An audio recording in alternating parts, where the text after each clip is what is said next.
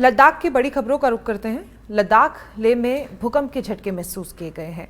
आपको बता दें कि 3.7 भूकंप की तीव्रता नापी गई है और ये भूकंप के झटके सुबह 8:24 पर महसूस किए गए हैं। राष्ट्रीय भूकंप विज्ञान केंद्र ने इस बात की जानकारी भी दी है। इससे पहले 1 सितंबर 2025 को पूर्वी अफगानिस्तान के नगरहर प्रांत में 6.0 तीव्रता का भूकंप आया था, जिससे 800 लोगों की मौत हो गई थी और 2500 से ज्यादा लोग घायल हो गए थे। लेकिन आज लेह में जो झटके महसूस किए गए हैं वो इतना छोटा भूकंप था, 3.7 उसकी तीव्रता थी। तो हमारे सहयोगियों का कहना है कि बहुत से लोगों को इस बारे में जानकारी भी नहीं मिली।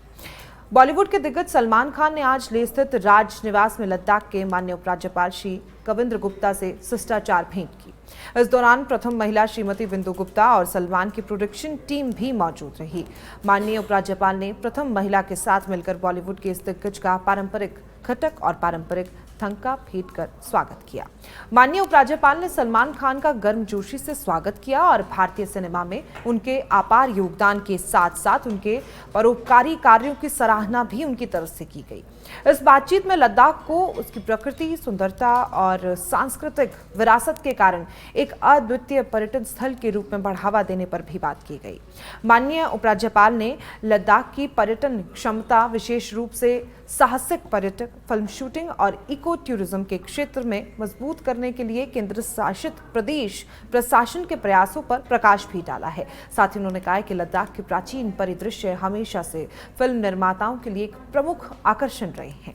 लद्दाख में पर्यटन को बढ़ावा देने पर ध्यान केंद्रित कर रहे उपराज्यपाल ने इस बैठक को बॉलीवुड से जुड़ने और इस क्षेत्र को बड़े पैमाने पर बढ़ावा देने के लिए एक अवसर के रूप में देखा है। उन्होंने बताया है कि प्रशासन लद्दाख में फिल्म गतिविधियों का समर्थन कर रहा है ताकि इसके मनोरम दृश्यों को उजागर किया जा सके और स्थानीय प्रतिभाओं को और अधिक अवसर प्रदान किया जा सके।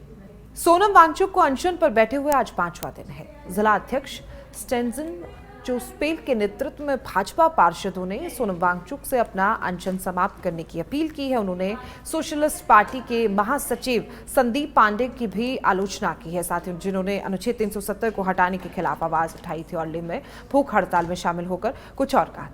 भाजपा ने यह भी कहा है कि गृह मंत्रालय और भाजपा के बीच बातचीत को सफल बनाने के लिए सर्वोच्च निकाय का गैर राजनीतिक होना जरूरी है। कि हमारा सबसे इम्पोर्टेंट इश्यू अभी यूथ के हमारे रिक्रूटमेंट पे है। उस यूथ का रिक्रूटमेंट मैं सराहना करता हूँ उनके पूरे डेलीगेशन को, लेड बाय थुप्सन सिवांग जी, कि पूरे डेलीगेशन ने ये राय लिया कि डोमिसाइल अप्लाई करने का, और उनकी वजह से आज ये नया दिन देखने को मिल रहा है जहाँ जॉब यूपीएससी और LSSR भी दोनों ने नोटिफाई करके आप देख रहे हैं, आज ही देख रहे हैं, पोर्टल में खोलिए और देखेंगे। वो सब होने के बाद अब नेक्स्ट इशू था उनका, हमारे जो और 4 पॉइंट एजेंडा है, स्टेप बाय स्टेप करके। अब वो एक पॉइंट हो गया, अब उनको लगा कि इंटरनली अब ये सब तो बात बनने वाला है, अब इसको बिगाड़ने के लिए फिर मुझे लगता है ऐसे कंपीटिंग इंटरेस्ट हो गए तो लोग कंपीट करेंगे तो ग्रुप तो बिगड़ेगा। अब ग्रुप बिगड़ गया तो टॉक्स भी बिगड़ेंगे। अब हमारे ऊपर वो बोलेंगे कि हमने डिरेल किया, ऐसा हमने कुछ डिरेल नहीं किया। हम लास्ट में यही अपील करना चाहते हैं सोनम वांगचुक जी से कि आप फास्ट अनटू डेथ प्लीज़ हटाइए। लद्दाख के पब्लिक के लिए, लद्दाख आपकी हेल्थ के लिए भी। और तीसरा चीज़ हम ये बोलना चाहते हैं, dialogue is the only way out in democratic country, और इंडिया एक डेमोक्रेटिक कंट्री है। लद्दाख मैराथन के दूसरे दिन लद्दाख के उपराज्यपाल कविंद्र गुप्ता ने रन फॉर फन श्रेणी को हरी झंडी दिखाई, जिसमें 20 विदेशी नागरिकों सहित 1650 धावकों ने भाग लिया। न्यूज़ 18 JKLH से एक विशेष बातचीत में उपराज्यपाल लद्दाख ने कहा है कि लद्दाख मैराथन के 12वें संस्करण में 6500 धावक भाग ले रहे हैं, जिसमें 30 देशों के धावक शामिल है। साथ ही उन्होंने कहा है कि लद्दाख मैराथन बहुत चुनौतीपूर्ण है और कुछ धावक खारतूम लातर्रे पर भी दौड़ते हैं। सचिव संजीत राइट्रिक्स, पर्यटन सचिव केंद्र शासित प्रदेश लद्दाख भानुप्रभा, सचिव खेल ADDC सोनम नोरबो, CPO तस्वांग ग्लासन, SP रुंचिंग सागटप्पू, सरकारी अधिकारियों और अभिभावकों ने अपने बच्चों के साथ लद्दाख मैराथन में भाग भी लिया है। मेरे लिए भी हर्ष का विषय है कि मुझे भी लद्दाख मैराथन को अटेंड करने का मौका मिला, और इस बार जो 12वां ये एडिशन है, जिसमें लगभग 6500 हमारे रनर्स जो हैं भाग ले रहे हैं।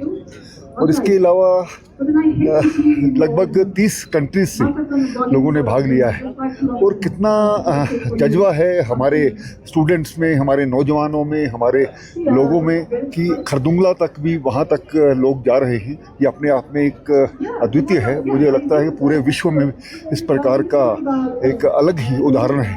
मैं सभी जो रनर्स हैं उनको मुबारकबाद देता हूँ।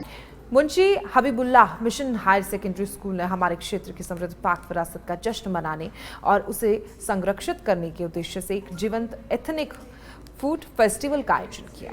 इस कार्यक्रम का उद्देश्य छात्रों को उनकी सांस्कृतिक जड़ों से जोड़ना और स्थानीय व्यंजनों और पारंपरिक खाद्य पदार्थों के बारे में जागरूकता बढ़ाना था। इस उत्सव में छात्रों ने उत्साहपूर्वक भाग लिया, जिन्होंने क्षेत्र के विविध पाक परंपराओं का प्रतिनिधित्व करते हुए विभिन्न प्रकार के एथनिक व्यंजन प्रदर्शित किए। ये कार्यक्रम छात्रों के लिए पारंपरिक खाद्य पदार्थों के ऐतिहासिक और पोषण मूल्य के बारे में जानने के लिए एक शैक्षिक मंच के रूप में कार्य करता है। साथ ही सामुदायिक जुड़ाव और सांस्कृतिक गौरव को भी प्रोत्साहित करता है। अतिरिक्त उपायुक्त श्री इम्तियाज काचो उन्होंने मुख्य अतिथि के रूप में इस अवसर को सम्मानित किया, जबकि जिला पंचायत अधिकारी चिकेल मैडम रजिया बानो ने विशिष्ट अतिथि के रूप में कार्यक्रम की शोभा बढ़ाई। दोनों गणमान्यों ने सांस्कृतिक जागरूकता को बढ़ावा देने में स्कूल के प्रयासों की सराहना की है और छात्रों की रचनात्मकता और समर्पण की भी सराहना की गई है।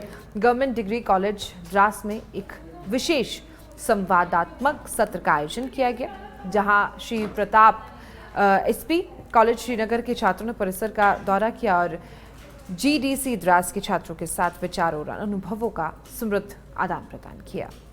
इस कार्यक्रम में एसपी कॉलेज के प्रतिष्ठित संकाय सदस्यों, जिसमें डॉक्टर हमीदुल्लाह चांदवानी और डॉक्टर इरफान राशिद शान शामिल थे, उनकी गरिमामयी उपस्थिति रही, जिन्होंने अपने बहुमूल्य विचार साझा किए और छात्रों को शैक्षणिक उत्कृष्टता प्राप्त करने के लिए प्रेरित किया। तो आई थिंक सबसे पहले एकेडमिक्स में ही जाते हैं, तो जो कॉम्पिटिटिव पार्ट आता है आपके क्वेश्चन का, वो फिर एकेडमिक्स में खुद ब खुद आ जाता है। पहले हम एकेडमिक्स करते हैं, उसके बाद उसी एकेडमिक फील्ड में हमें कॉम्पिटिटिव एग्जाम क्लियर करना पड़ता है, तब जाके हम कहीं उसका स्कोप एक्चुअली अपने अंदर पा सकते हैं। तो ग्रेजुएशन के बाद एक का so if you are not interested in going into academics you can choose sickle.